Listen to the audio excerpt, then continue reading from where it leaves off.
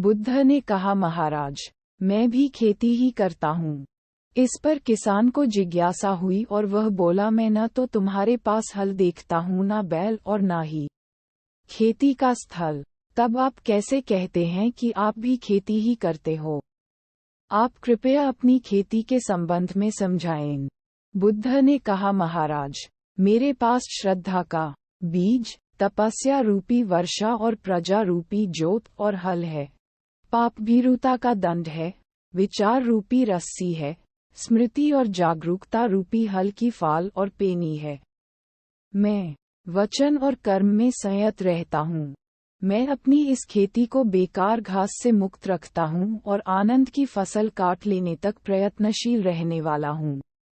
अप्रमाद मेरा बैल है, जो बाधाएं देखकर भी पीछे मुंह नहीं मोड़ता है। वह मुझे सीधा शांति धाम तक ले जाता है। इस प्रकार मैं अमृत की खेती करता हूँ। भगवान बुद्ध का जब पाटलिपुत्र में शुभागमन हुआ, तो हर व्यक्ति अपनी अपनी सांपत्तिक स्थिति के अनुसार उन्हें उपहार देने की योजना बनाने लगा। राजा बिंबिसार ने भी कीमती हीरे, मोती और रत्न उन्हें पेश किए।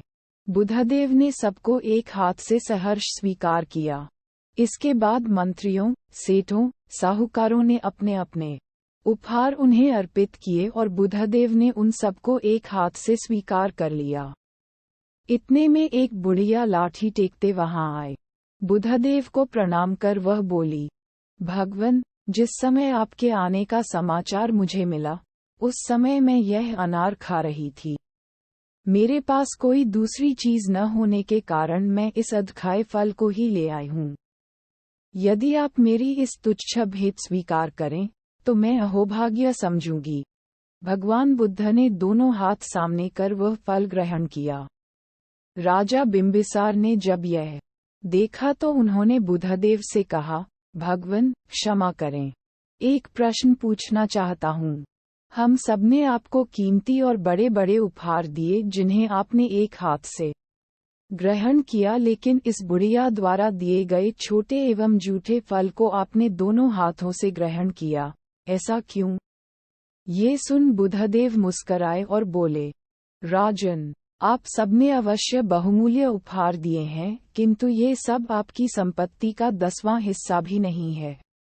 आपने ये दान दीनों और गरीबों की भलाई के लिए नहीं किया है, इसलिए आपका ये दान सात्विक दान की श्रेणी में नहीं आ सकता। इसके विपरीत इस बुढ़िया ने अपने मुंह का कौर ही मुझे दे डाला है। भले ही यह बुढ़िया निर्धन है, लेकिन इसे संपत्ति की कोई लालसा नहीं है। यही कारण है कि इसका दान मैंने खुले हृदय से दोनों हाथों से स्वीकार किया है।